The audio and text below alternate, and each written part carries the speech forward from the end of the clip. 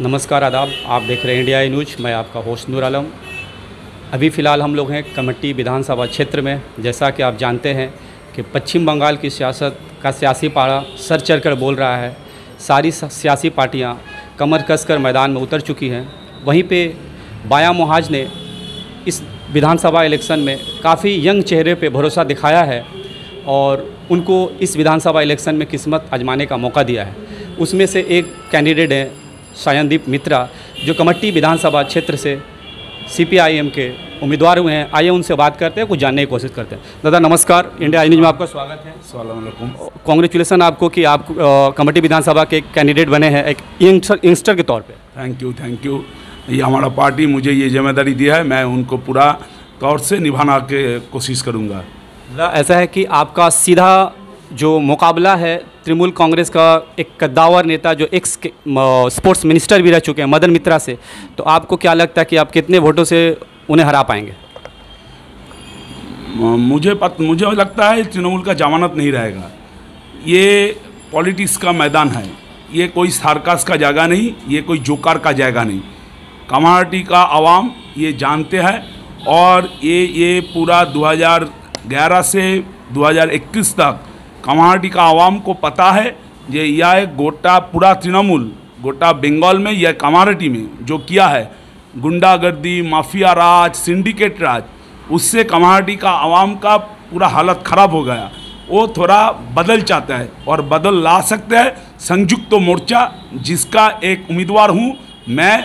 मेरा party CPIM मुझे ये जिम्मेदारी निभाने का मुझे सुजग दिया है। इसको लेके मुझे दवा है, सबिद है कि तृणमूल का जमानत हम लोग खो सकते हैं। अगर आप इस इलेक्शन में जीत जाते हैं तो आपका कंस्टिट्यूंसी में कौन सा ऐसा डेवलपमेंट का काम आपको लगता है कि बाकी और मैं इसे करूंगा? सागर दत्त अस्पताल ये बाय महाज का टाइम में बाय महाज का जो गवर्नमेंट था उन्होंने ही बनाया था, लेकिन ये 10 साल में तृणमूल का ज़माना में पूरा सागर दत्ता अस्पताल का हालत बहुत ख़राब हो गया। इसका बहुत काम अभी बाकी है, ये करना पड़ेगा। हम अगर MLA इलेक्ट हो सकते हैं हमारा पार्टी की ओर से, तो मेरा पहला टारगेट होगा ये सागर दत्ता अस्पताल। उनको कैसे और भी आधुनिकीकरण किया जा सकता है, इसको दिखना पड़ेगा।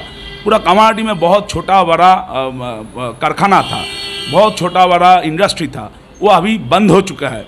उसके गेट में ताला दिया गया। तो मुझे मेरा साबित है जो वो कारखाना, वो इंडस्ट्री मुझको फिर से ओपन करना पड़ेगा। ये मेरा सेकेंड मेरा प्रायोरिटी है।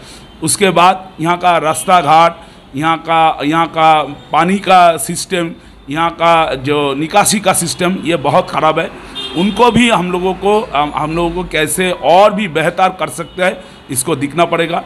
कम्युनिटी में सिंडिकेट माफिया एक बड़ा प्रॉब्लम है, गुंडाराज एक बड़ा प्रॉब्लम है। मैं वो गुंडागर्दी को, वो गुंडाराज को मैं कहता हूँ, जैसा मैं कम्युनिटी का आवाम का प्यार का आदमी हूँ, ऐसा ही मैं वो गुंडा को लिए सिर्फ दुश्मन हूँ। वो गुंडा के लिए मैं दुश्मन हूँ, लेकिन कम्युनिटी का आवाम का प्यार का आदमी हूँ। मैं गुंडाओं को कह रहा हूँ तृणमूल जरूर साफ हो जाएगा 2021 में।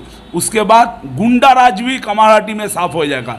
ये मेरा चैलेंज है, ये मेरा दावा है, मैं इसको करके दिखाऊंगा। दादा आज के डेट में सबसे बड़ा जो मुद्दा है वो महंगाई और अनएम्प्लॉयमेंट का मुद्दा है, लेकिन कोई भी पार्टी इस मुद्दे को लेकर के चुनाव में नहीं आ रही है।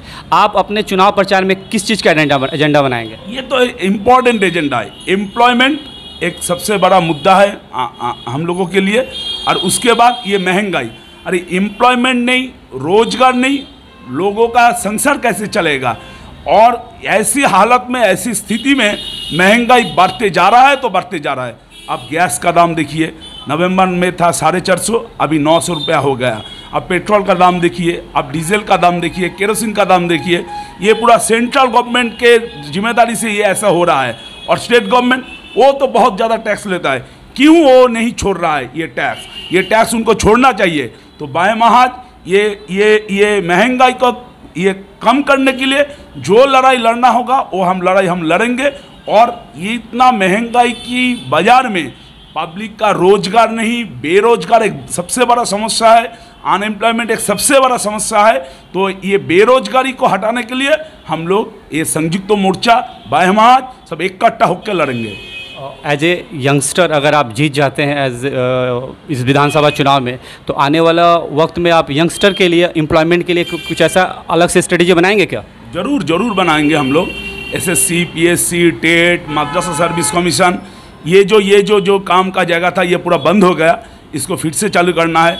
वो कामारहाटी में जो जितना था, और जो क्या कहते हैं जो इंडस्ट्री, वो सब बंद हो रहा है। वो इंडस्ट्री का लैंड माफिया को, सिंडिकेट को, प्रमोटर को बेच दे रहा है तृणमूल का नेता, क्योंकि उनका संसद चलता है इस पैसे से।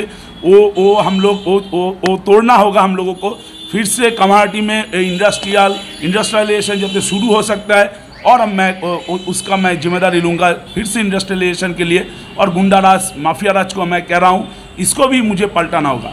और एक बात मैं अपनी तरफ से कह रहा हूँ, हम लोग सुन रहा है जो तृणमूल का यहाँ का कैंडिडेट है, उसका साथ बीजेपी का डील हो रहा है।